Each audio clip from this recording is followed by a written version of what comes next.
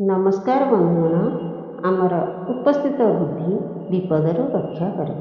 ଶୁଆସାରି କଥା ମାଧ୍ୟମରେ ଏ ଭିଡ଼ିଓରେ ଜାଣିବା। ଗୋଟିଏ ଜଙ୍ଗଲରେ ଯୋଡ଼ିଏ ଶୁଆସାରି ରହୁଥିଲେ। ସେ ଦୁହେଁ ଉତ୍ତମ ବନ୍ଧୁ ଥିଲେ। ଦୁହେଁ ଦୁହିଁଙ୍କୁ ଅଧିକ ଭଲ ପାଉଥିଲେ।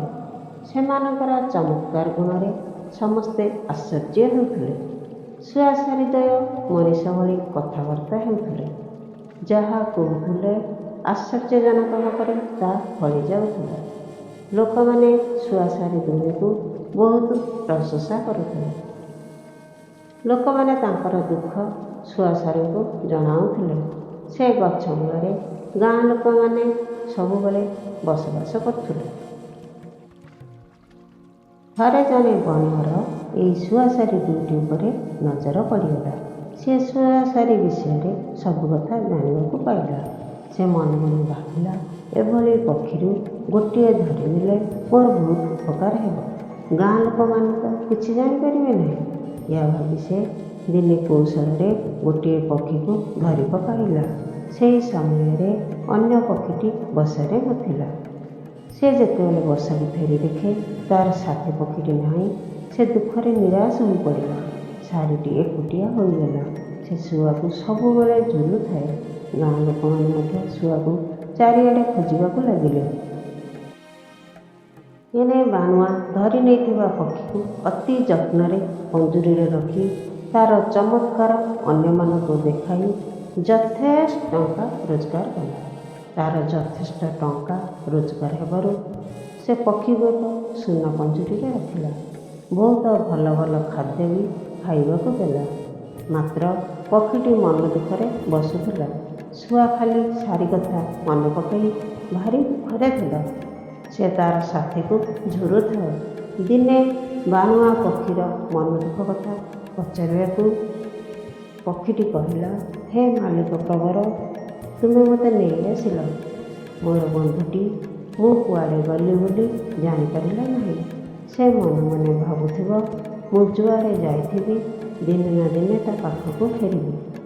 ସୁତରାଂ ତୁମେ ଯାଇ ତାକୁ କହିଦେବ ଯେ ମୁଁ ତୁମ ପାଖରେ ଧରା ହୋଇ ରହିଛି।